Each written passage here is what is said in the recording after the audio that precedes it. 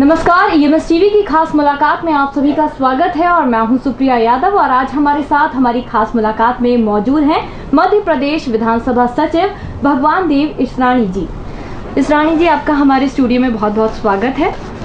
सबसे पहले मैं आपसे यही पूछना चाहूंगी कि चुनाव संपन्न हो चुके हैं और 8 दिसंबर को उसके परिणाम भी आ जाएंगे, तो 14वीं विधानसभा के गठन को लेकर विधानसभा सचिवालय में क्या तैयारियां चल रही हैं? विधानसभा के गठन के संबंध में हमारी तैयारियां यही होती हैं जी कि जो प्रत्याशी चुन के आएंगे उनके लिए हमारे यहाँ विशेष काउंटर लगाए जाते हैं जी। उनके जो चुनाव के जो सर्टिफिकेट्स उनको मिलेंगे उसका जांच करके उनकी कॉपीज ले करके उसका रिकॉर्ड रखा जाएगा जी। उनके आइडेंटिटी कार्ड बनेंगे, उसके रहने की व्यवस्था होगी, उनका जीवन परिचय लिया जाएगा।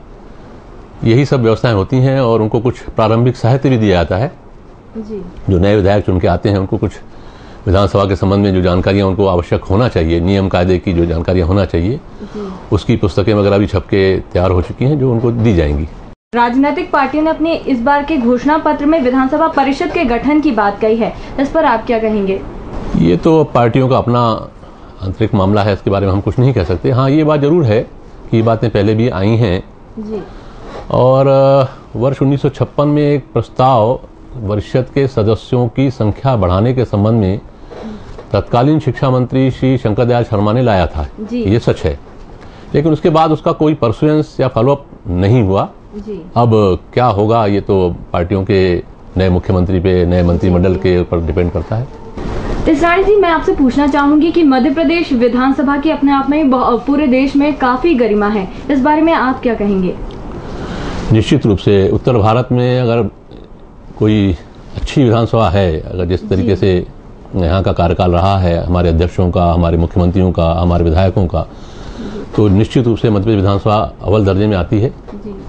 और हाल ही में जो हमारे अध्यक्ष जी जिनका देहावसान अभी हुआ है, 15 साल वो उपाध्यक्ष और अध्यक्ष के रूप में रहे जी। और उन्होंने जिस तरीके से विधानसभा चलाई और जितना गरिमामय तरीके से हाउस चला जी। और जितना अच्छे तरीके से कार्रवाई चलती थी वो निश्चित रूप से एक ऐतिहासिक बात है और इसी कारण से हमारी विधानसभा एक अपना स्थान रखती है।